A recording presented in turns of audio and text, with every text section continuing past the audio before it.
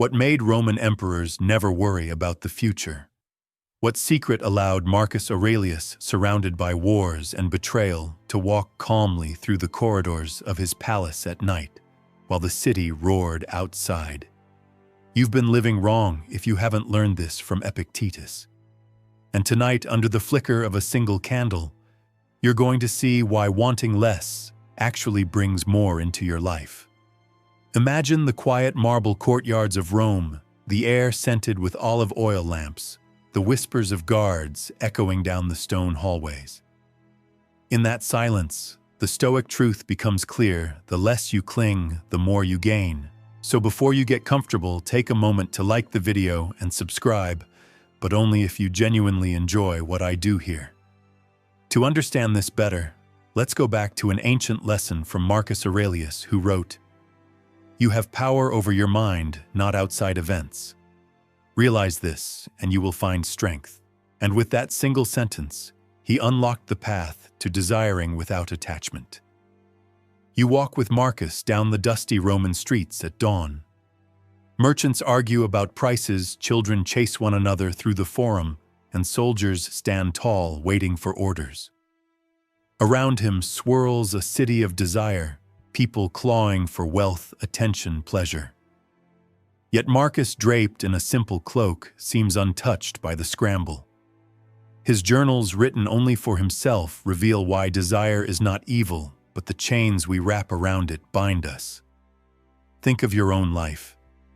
How often do you desire something so deeply, status, money, recognition, that the very act of wanting burns you?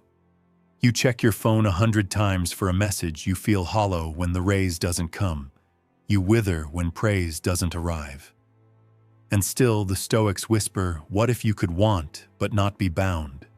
Epictetus, born a slave and later freed, taught that freedom itself comes from this detachment.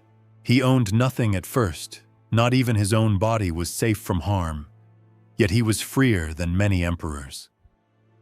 He said, freedom is the only worthy goal in life. It is won by disregarding things that lie beyond our control. Here lies the paradox: when you release the fever of grasping, the very things you need flow more easily to you. Picture this: a river. You jump in, splashing, panicking, trying to grab the water. It slips through your hands, and the harder you try, the more you drown. But when you lean back, float, let the river carry you, the current does the work. This is desire without attachment. You still aim for goals, but you no longer claw desperately. You let the current bring them.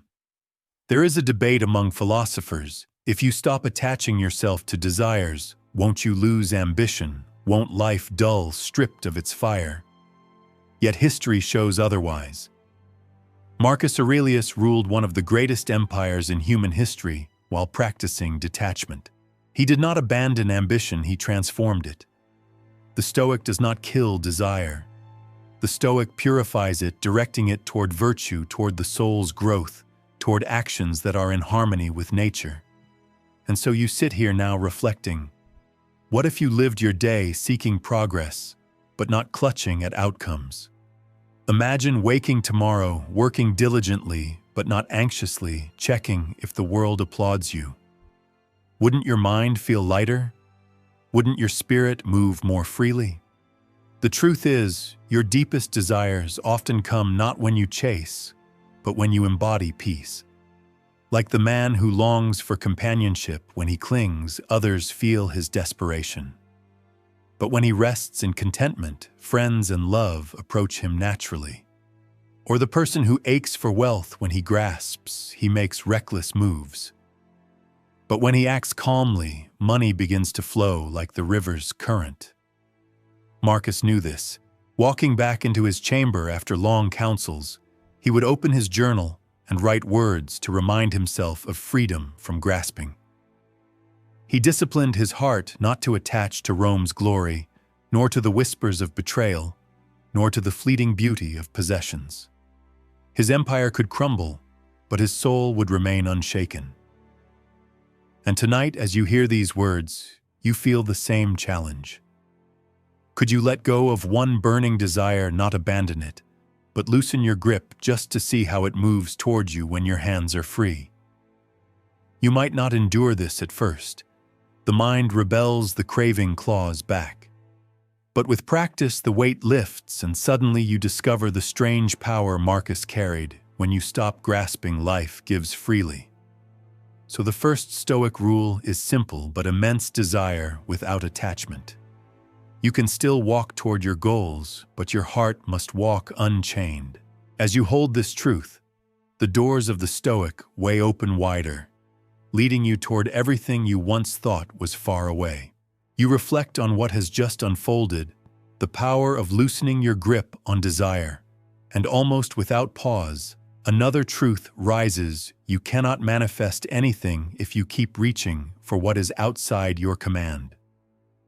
The Stoics repeat this lesson like a mantra: control only what is yours. Everything else must be released like smoke into the sky. Imagine the streets of Rome again, a Senate session in full motion. Senators in flowing robes argue furiously, fists striking the wooden benches. The empire is at war on its borders, grain prices climb, and the people demand answers. Marcus Aurelius sits quietly at the center, his brow calm, his eyes steady.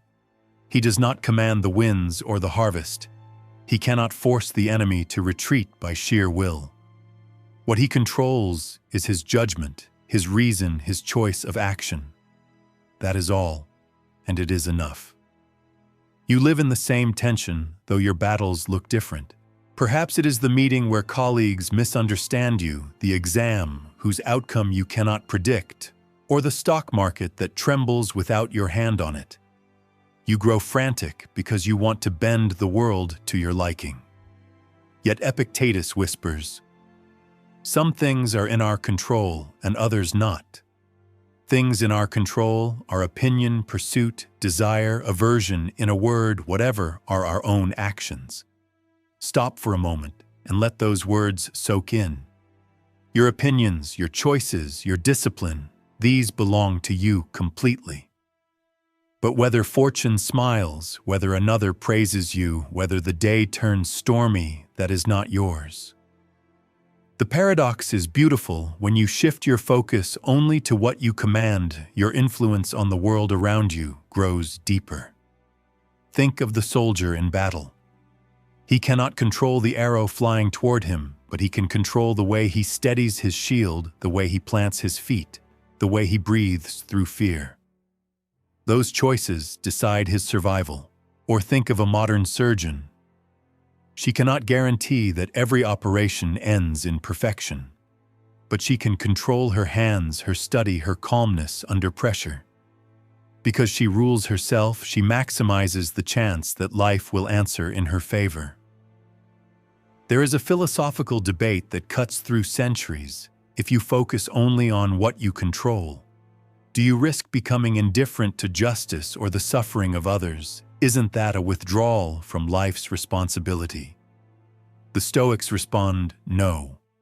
In fact, you become more just, more reliable, more present when you know the limits of your power. Marcus fought tirelessly for Rome even amid the Antonine Plague, not because he believed he could command fate, but because he could control his virtue. And through virtue, he guided an empire through darkness. You can sense this lesson in your own bones. How often have you wasted hours replaying words someone said, trying to twist their opinion of you in your mind? How many nights have you lost to worries about outcomes you cannot steer? When you accept this Stoic rule, those hours return to you.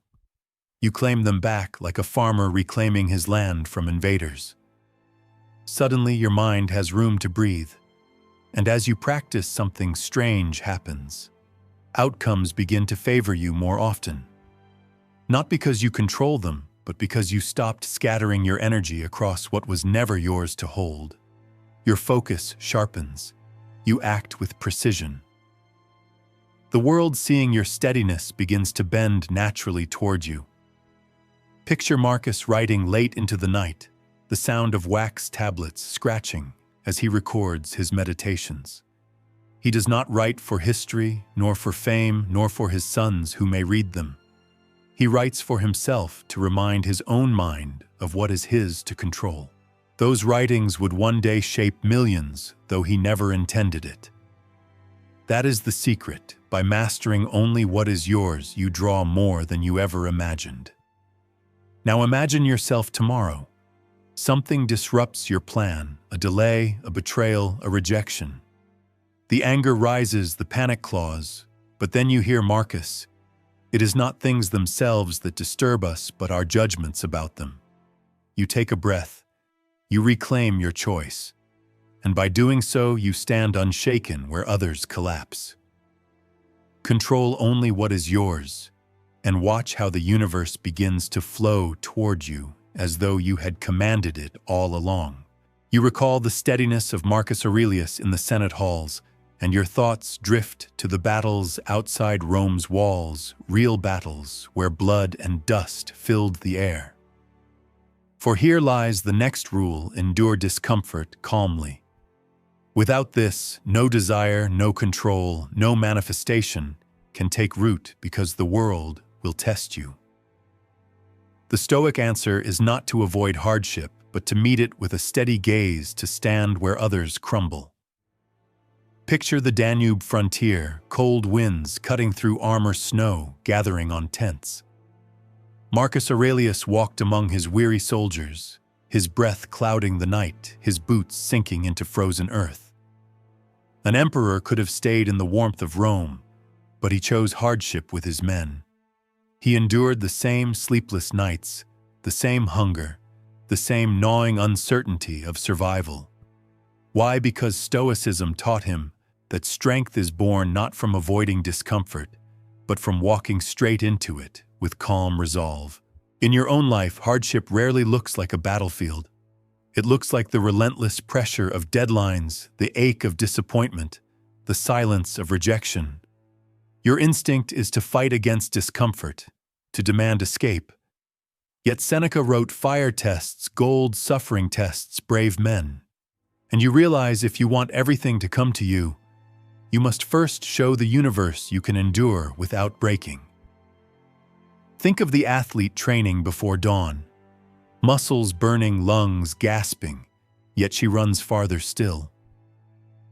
Her success, her victory medals, her recognition all manifest not because she chased them, but because she endured the unseen discomforts that others refused to touch. Or recall the medieval monk copying scriptures by candlelight. His fingers cramped, his eyes strained. Centuries later, his quiet endurance preserved wisdom for generations. The rewards arrived long after the suffering, but they arrived because he persisted. Philosophers debate whether endurance alone is enough, whether mere suffering ennobles a person, or whether it risks becoming pointless masochism. The Stoics answer clearly: endurance must be tied to virtue. To suffer with dignity, to face pain without complaint, to transform hardship into growth, that is the Stoic way. Without virtue, pain is only pain. With virtue, pain becomes the soil where strength grows. You might not endure this at first.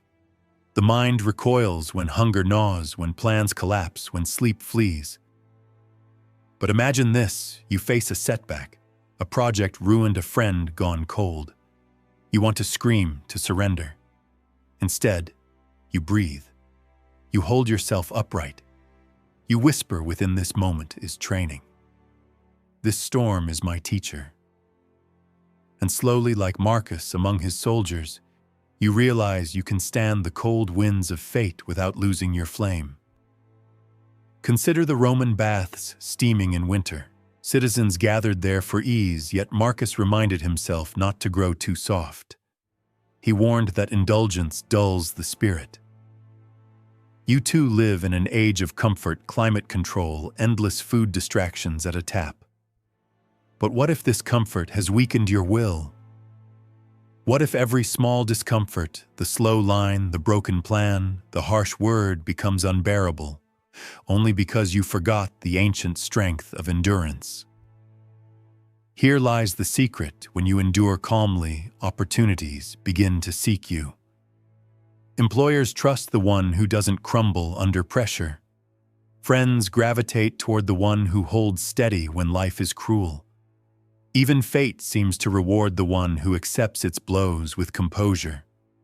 This is not magic. It is the magnetism of resilience. So you stand in the snow beside Marcus, now feeling the bite of wind against your face. Your body shivers, but your mind whispers, "I endure." And in that whisper, you are free. Because discomfort no longer rules you, you rule it. And when you can rule discomfort, you can rule yourself. Endure discomfort calmly. That is the third Stoic rule. For when you no longer flee hardship, you discover that everything you once feared losing and everything you once longed to gain begins to flow toward you of its own accord. The cold of the frontier still lingers in your mind, the image of Marcus Aurelius walking among frost-bitten soldiers. You carry that endurance into another form of strength, one less physical, but just as demanding: the discipline of silence. Speak less, listen more. The Stoics knew that restraint in words often reveals a deeper kind of power, a power that makes people and opportunities move toward you without force. Picture a Roman banquet hall, golden lamps flickering against marble columns, voices rising in endless chatter. Senators, generals, and poets compete to be heard, their words tumbling like wine spilled on the floor. At the end of the table, Marcus Aurelius sits quietly. He nods, he listens, he watches. His silence unsettles the room more than the loudest voice. For in silence he perceives motives hidden beneath speeches, fears tucked inside laughter, and ambitions veiled by flattery. In your own life, think about how quickly you rush to fill silence. A pause in conversation feels like failure, so you speak, explain, justify. Yet Epictetus taught, "We have 2 ears and 1 mouth, so that we can listen twice as much as we speak." Silence is not emptiness, it is attention. And attention reveals truths that chatter always drowns out. Imagine the modern world, a manager in a boardroom, saying little but observing everything. Colleagues reveal their strategies, their weaknesses, their needs, while she remains calm, steady, almost invisible. Later, she acts with precision, armed with knowledge that talkers surrendered without noticing. Or the medieval general standing on a hill, his captains arguing about tactics. He listens, he measures, and when he finally speaks, his few words carry the weight of wisdom. Both win not through endless speech, but through the patience of silence. Scholars still debate whether silence is power or passivity. Does withdrawing from conversation mean losing influence, or is it the very source of it? The Stoics leaned firmly toward the latter. True authority comes from the one who listens, waits, and speaks only when virtue demands. Seneca once warned that constant chatter exposes the soul, while careful words guard it. Reflect for a moment, how many times have you regretted words spoken in haste? How many doors have closed because you revealed too much too soon? And how many times have you discovered something vital by simply holding back and letting others reveal themselves? The silence of a Stoic is not cold detachment. It is deliberate presence. You can practice this even tomorrow. Someone criticizes you.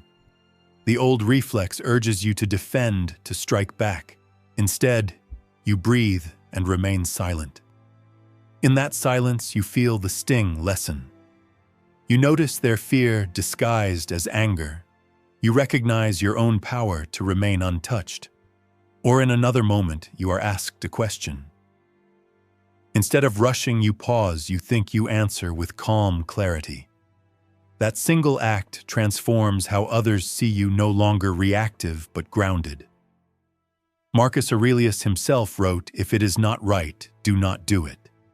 If it is not true, do not say it." Behind these words is a quiet courage, the strength to hold your tongue until speech becomes necessary. He lived in a palace surrounded by gossip, intrigue, and deception.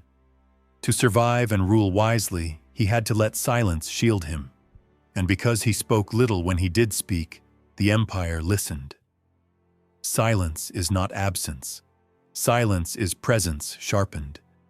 And when you practice it, something extraordinary happens. People begin to lean toward you. They seek your opinion. They trust your steadiness. They feel drawn to the calm you radiate. Opportunities come not because you shouted the loudest, but because you proved yourself the most composed. So you walk once more into that banquet hall, voices swirling around you. You sit in stillness. You sip your wine. And though you say nothing, the room adjusts itself to your presence. This is the magnetism of the Stoic. By speaking less, you listen more. And by listening more, you uncover everything. The echo of silence follows you steady and profound. Yet the Stoics never believed life was only about stillness. To them, silence was the foundation, but action was the building itself.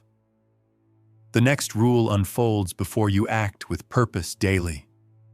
Without disciplined action, no wisdom, no endurance, no calm silence can shape your destiny. Everything you long for flows not to wishful minds, but to steady hands. Picture Marcus Aurelius rising before dawn. The palace still sleeps, shadows stretch across marble floors, and a single oil lamp flickers beside his writing table.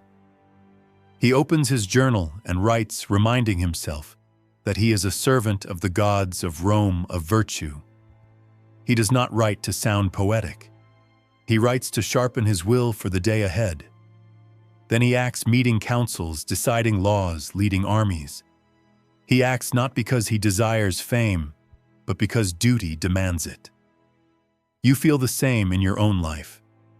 Each morning begins with a choice.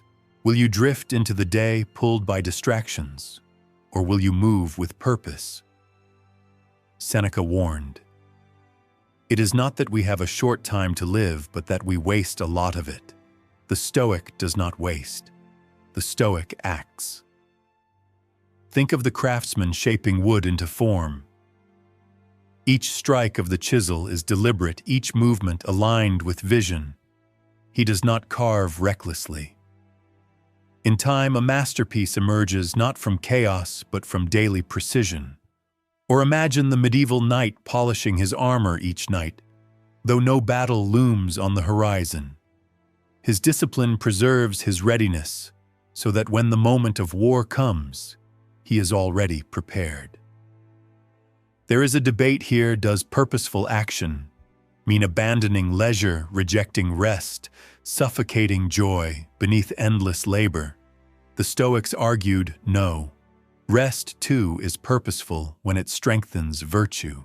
What they opposed was drifting days lost to aimless talk, to pleasures that enslave, to time wasted without intention.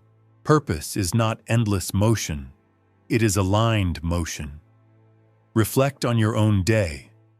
How many hours slip away to trivial scrolling, to hollow distractions, to tasks that do not serve your deeper calling? What if instead you treated each action, as Marcus did, as service to something higher? Not every act must be grand. Even small tasks, when done with purpose, become part of a greater harmony. Washing a dish, writing an email, walking to clear the mind, done with purpose. Each is a stone laid in the road toward your destiny. The Stoics believed that fortune itself bends toward the purposeful. Opportunities flow to those who are already moving. Like a ship adjusting to favorable winds, action makes you ready to catch what chance delivers. Imagine waiting endlessly at shore for the sea to calm. You will never leave. But if you set sail with steady strokes, you meet the winds wherever they are. Marcus wrote, "Waste no more time arguing what a good man should be. Be one." This is the essence of Stoic action. Stop debating, stop delaying, and live the virtue now. Each day is the chance to embody what you admire, to practice what you seek. And here lies the paradox: when you act with purpose daily without clinging to results, the very things you hoped for begin to find you. Success, respect, peace, they come, not because you hunted them frantically, but because your purposeful actions invited them quietly. Imagine yourself tomorrow morning. You rise, you breathe, you ask what is mine to do today. Then you do it calmly, steadily, without complaint. Hours pass, and though no miracle shouts in your ear, something subtle shifts. You feel lighter, clearer, closer to the life you seek. This is not chance, it is the rhythm of purpose. So you walk again with Marcus in the early light, his pen scratching across the page, his heart set on duty. He does not wait for fate to hand him greatness. He acts with purpose daily, and because he does, greatness flows toward him naturally as water flows to the lowest place. The rhythm of purposeful action echoes in your thoughts, but action without appreciation soon grows empty. The Stoics taught that you can chase endlessly, endure bravely, control wisely, but unless you cultivate gratitude, your heart will remain restless. So the next rule rises before you, like morning light through a Roman courtyard: gratitude in every season. Picture Marcus Aurelius at the close of a long day. The empire trembles, plagues sweep through cities, borders are threatened by fierce tribes, and senators plot behind his back. Yet in his private journal, he does not curse his fate. He writes, "When you arise in the morning, think of what a privilege it is to be alive, to think, to enjoy, to love." These were not the words of a man blind to hardship. They were the words of one who understood that gratitude softens the sharpest blows of life. You too live in an age of endless wants. Advertisements whisper that you lack social feeds, parade what others have, and your mind begins to dwell on what is missing. Gratitude, the Stoics remind you, is the counterweight. When you recognize the small abundance already around you, you stop moving like a beggar through life. You begin to attract more, not because you demand it, but because your spirit radiates sufficiency. Think of the modern doctor who leaves a grueling shift, exhausted, yet pauses to whisper thanks for the lives saved that day. Her gratitude, even in fatigue, gives her strength to return tomorrow. Or think of the medieval farmer, his harvest modest, yet he gathers his children around a wooden table, grateful for bread and fire. Centuries later, their joy in scarcity reminds you gratitude is not tied to wealth. It is tied to perspective. Philosophers still argue whether gratitude is a virtue on its own or merely a companion to wisdom. The Stoics lean toward the former. To live with gratitude is itself a form of wisdom, for it reveals that the present moment is already rich. Seneca wrote, "Nothing is more honorable than a grateful heart." In those words, he pointed to the secret alchemy of gratitude. It transforms every moment into treasure. Reflect on your own life. How often have you overlooked the ordinary gifts, the breath in your lungs, the warmth of a meal, the smile of a friend, while chasing after distant prizes? And how often, when you finally received what you wanted, did you feel the joy vanish quickly, replaced by the hunger for more? Gratitude interrupts that cycle. Gratitude anchors you in enough. And here is the paradox again: when you are truly grateful for what you have, the universe seems eager to give you more. The person content with little often finds abundance flowing toward them, while the one who never feels satisfied repels fortune with their restlessness. Gratitude is a magnet, but not because it bends fate, it bends you. It aligns your spirit with sufficiency, and in that alignment, more arrives naturally. Marcus practiced this discipline even when death loomed near. During the Antonine Plague, when corpses filled the streets of Rome, he reminded himself of the gift of life itself. He saw each breath as borrowed, each sunrise as undeserved grace. You can do the same. Tomorrow as you wake, whisper thanks not as a shallow ritual, but as a genuine recognition you are here. You are alive. And that is already wealth. Imagine walking through your day with such a heart. Gratitude when the task is dull, gratitude when the friend is kind, gratitude even when the trial comes, for it sharpens your spirit. Soon, you discover the world responds differently to one who carries thanks in every season. People feel drawn to your steadiness, doors open more willingly, and even hardships feel lighter when met with a grateful heart. So you stand again in Rome's fading light, the emperor closing his journal with quiet hands. Around him swirls chaos, disease, betrayal, uncertainty. Yet within, he rests on gratitude. And in that rest, he manifests more strength, more wisdom, more calm than the world could ever strip away. Gratitude in every season. That is the sixth Stoic rule. And when you practice it, everything you once thought you lacked begins to flow toward you, unforced, unchased, like sunlight through an open window. The warmth of gratitude still lingers, but life does not stop sending barriers. Every path, even the noblest, is crowded with walls. The Stoics, however, saw walls not as endings, but as thresholds. The seventh rule opens before you with quiet force, turn obstacles into openings. What blocks the way becomes the way. Picture Marcus Aurelius again at the frontier, news arriving that a trusted general has betrayed him. An obstacle sharp and sudden. Many emperors before him had collapsed under treachery, some driven mad, others consumed by vengeance. But Marcus took up his pen and reminded himself, the impediment to action advances action. What stands in the way becomes the way. He did not waste strength cursing the betrayal. He asked instead, how can this resistance become my training ground? You feel the same truth in your own life. A door closes a job you wanted, a relationship you dreamed of, a plan you built with care. The obstacle looms. Your first reflex is despair. But what if, as the Stoics taught you, saw this barrier as raw material, as clay to be reshaped? Every obstacle can carry within it the seed of redirection. Think of the modern scientist whose experiment fails for the 100th time. Frustration tempts her to quit, yet each failure whispers a hidden truth about what does not work.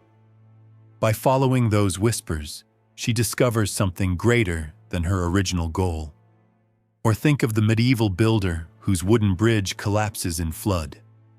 Rather than abandon his task, he studies the river's force, and out of that failure, he invents the stronger stone arch.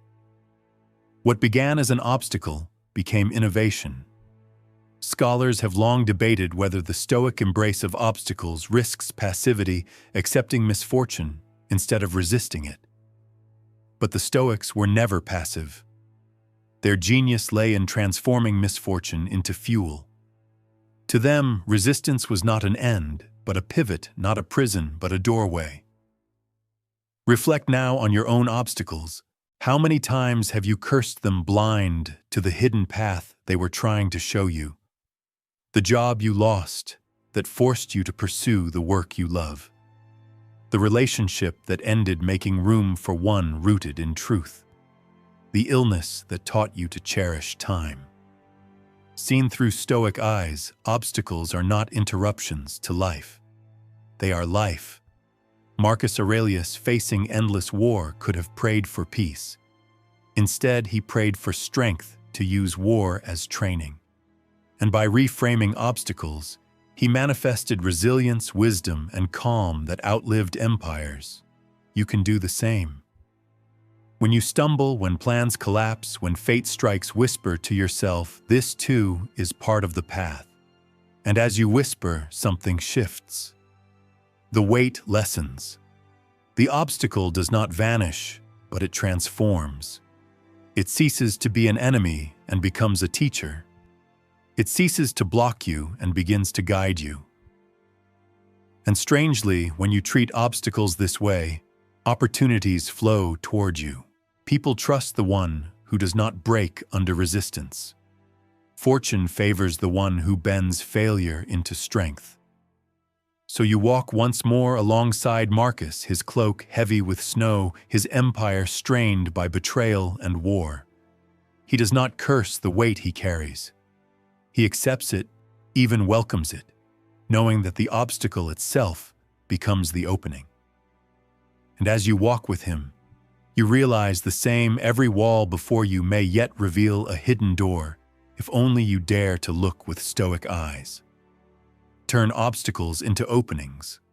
That is the seventh rule. And when you do, the very things you thought were denying you begin paradoxically to deliver you closer to everything you seek. You carry with you the memory of turning walls into doors, and now another lesson rises, one of the hardest for the human heart.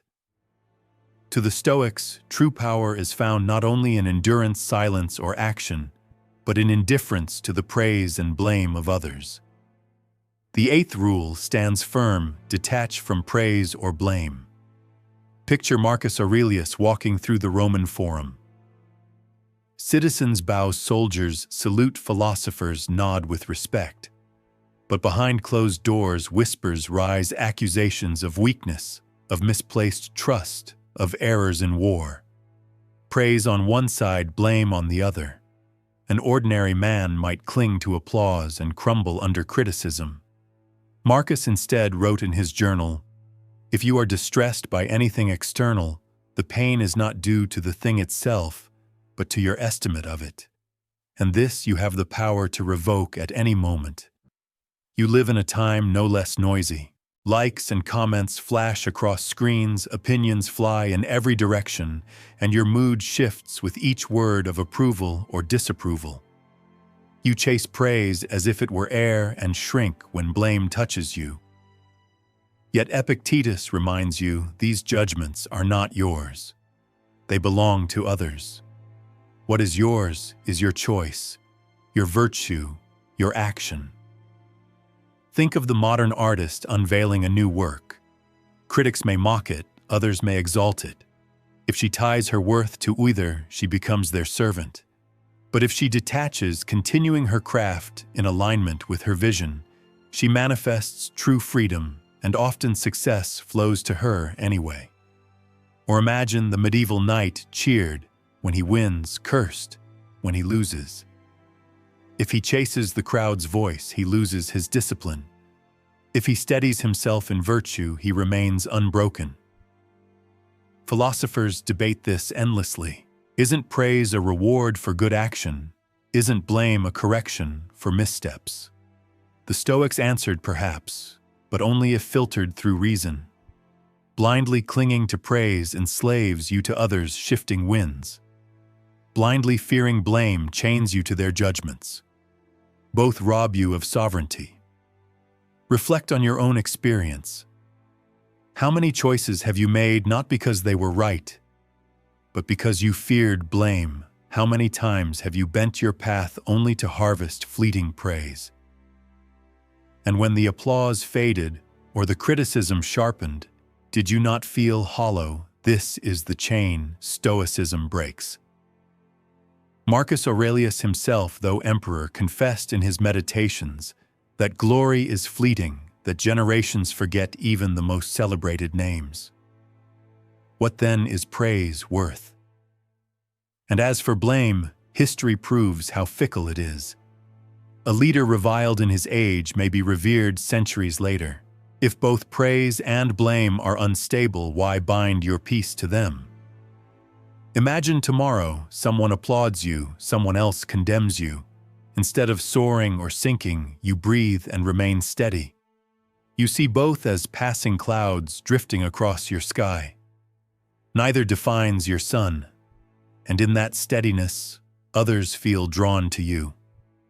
For the world craves the rare soul unmoved by opinion, the one who walks firmly in virtue whether praised or mocked. And here lies the paradox: when you stop needing praise, genuine respect flows toward you more freely. When you stop fearing blame, your courage deepens and life offers you opportunities that timid hearts never reach. Detachment does not repel, it magnetizes. So you walk again through the forum with Marcus. Around you, voices rise, some honoring, some accusing. He does not rush to defend, nor does he bask in flattery. He walks quietly, his eyes forward, his heart rooted in reason. And as you follow, you sense it. His freedom is not in their words, but in his indifference to them. Detach from praise or blame. That is the 8th rule. For only then do you become untouchable, and only then does everything you seek approach you drawn to your unwavering calm. The echoes of praise and blame fade like distant voices. You walk now in quieter fields, where another Stoic truth reveals itself, one that feels almost impossible in a world of endless striving. The 9th rule whispers to you with steady certainty, live as if already complete. For the Stoics, the secret to drawing life's gifts was not in chasing what you lacked, but in realizing you already possess enough. Imagine Marcus Aurelius returning from war weary and scarred. He enters the marble halls of his palace, yet instead of reveling in gold or ceremony, he retreats to his study. There he writes to himself, "Very little is needed to make a happy life. It is all within yourself, in your way of thinking." An emperor of the largest empire in the world, yet he reminded himself daily that completion was not in conquest or possessions, but in the mind's recognition of sufficiency. You live in an age of endless appetite. Advertisements tell you you will be complete when you buy this. Influencers whisper you will be whole when you look like this. Ambition hisses you will finally rest when you achieve this. But the Stoics call this a trap. Completion is not a destination, it is a state you choose now. When you live as if already complete, you stop repelling life with desperation. You begin to draw more because you no longer chase. Think of the modern teacher in a small classroom, surrounded by cracked walls and outdated books. She teaches with joy, as if she already holds enough. Her contentment radiates, and her influence reaches far beyond the classroom. Or picture the medieval monk cloistered in a monastery, owning nothing but his robes and ink. He copies texts with devotion, as if his life were whole. Centuries later, his work shapes nations. Both lived as if complete and abundance followed. Philosophers have long debated if one feels already complete, won't ambition die, won't progress stall, but the Stoics counter no. When you act from completeness, your ambition is purified. You no longer act to fill a hollow, but to express your fullness. Your work becomes lighter, freer, more powerful, because you need nothing from it, yet everything flows through it. Reflect for a moment. How often have you thought, "When I achieve this, then I will rest, then I will be happy"?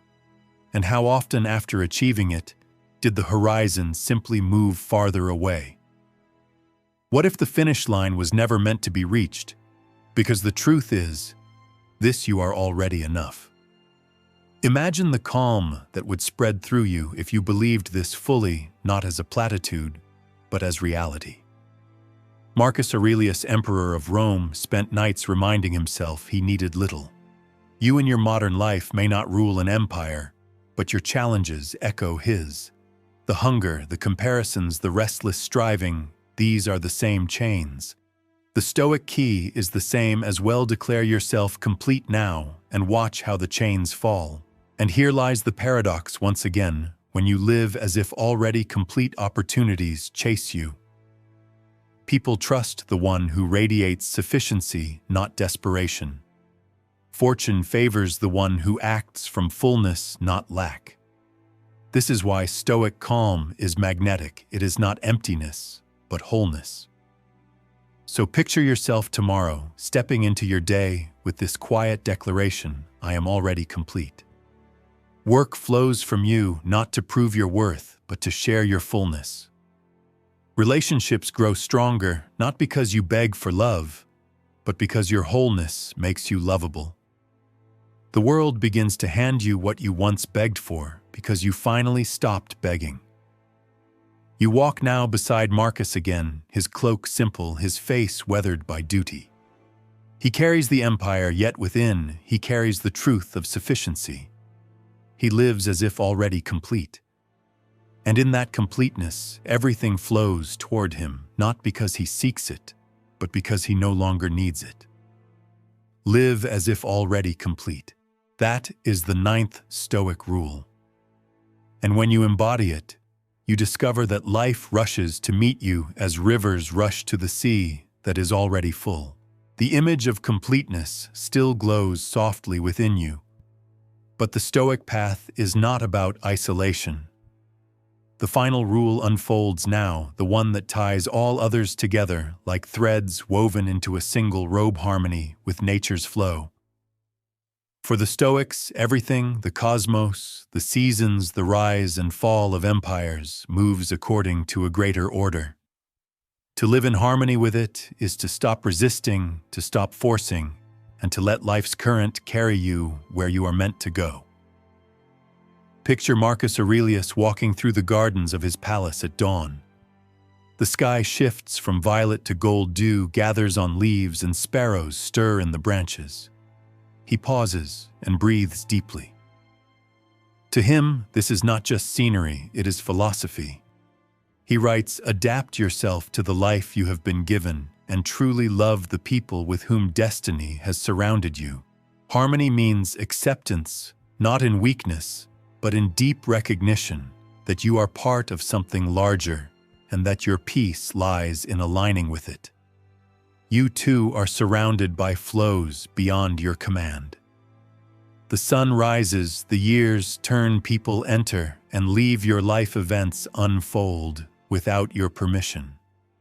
You resist, you demand control, you curse the river of time. Yet Epictetus whispers, do not seek to have events happen as you want them to, but instead want them to happen as they do happen, and your life will go well. This is not surrender, it is alignment.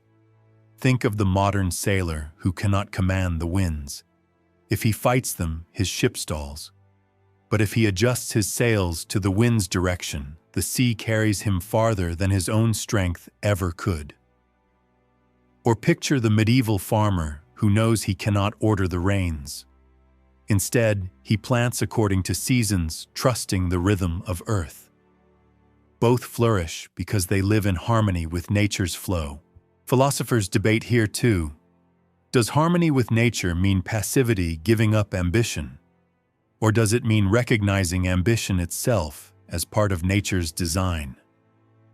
The Stoics answered boldly, your effort, your choices, your pursuit of virtue, these too are nature. To live in harmony is not to sit idle, but to align your striving with the order of the cosmos rather than against it. Reflect on your life. How often have you resisted the inevitable aging endings, change only to exhaust yourself? How often have you tried to force what was not ready or cling to what was already gone? And how much lighter would you feel if you trusted the flow? Trust does not mean inactivity. It means acting in rhythm. When winter comes, you do not demand summer, you use the season wisely. When storms arrive, you strengthen your shelter. And when fortune offers a calm breeze, you set sail. Marcus Aurelius himself bore this truth daily. He did not wish away plagues, wars, or betrayals. He aligned himself with them, asking, how can I live virtuously within what nature has placed before me? By doing so, he manifested the rarest treasure, serenity amidst chaos. And here lies the final paradox. When you stop forcing life, life gives you more. When you cease demanding the river change course, the river carries you farther. This is not magic, but the natural harmony of one soul aligned with the cosmos. So picture yourself now walking beneath the Roman sky stars, shining over the eternal city. You breathe, you accept, you align.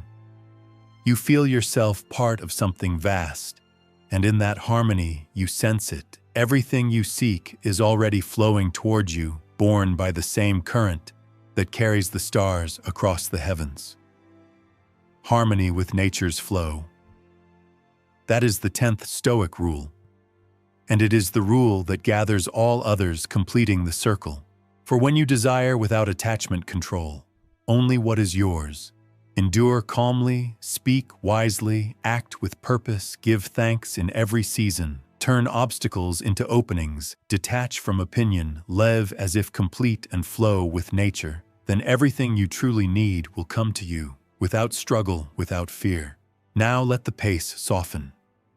The rules have been laid before you like 10 stones across a quiet river, and you have walked across them one by one. You feel the weight of Rome fading, the sound of soldiers, senators, and storms dissolving into silence. All that remains is the calm rhythm of your breath, the stillness of your mind, and the gentle certainty that you are not at war with life, you are in harmony with it. The Stoics did not promise a world without pain. They did not promise that everything you wished for would fall into your lap. What they offered was something deeper, more lasting, the freedom to remain steady no matter what came. And in that steadiness, life itself begins to respond differently. People notice your calm. Opportunities gravitate toward your steadiness. Even hardships soften in your presence because you meet them without fear. So imagine yourself tonight sitting with a candle flickering in the dark. You hold Marcus Aurelius's words in your mind. You have power over your mind, not outside events. Realize this, and you will find strength. Slowly, you let the words settle. Your shoulders release. Your breath deepens. You realize you already have the strength. You already have the calm. You already have the completeness the world told you to chase. When morning comes, you will carry these rules with you, not as burdens, but as companions. They do not demand perfection, only practice. And as you practice, you will find that the life you longed for was never far away. It was waiting for you in your own mind, in your own choices, in the flow of nature itself. Now rest. The path is before you. Walk it gently.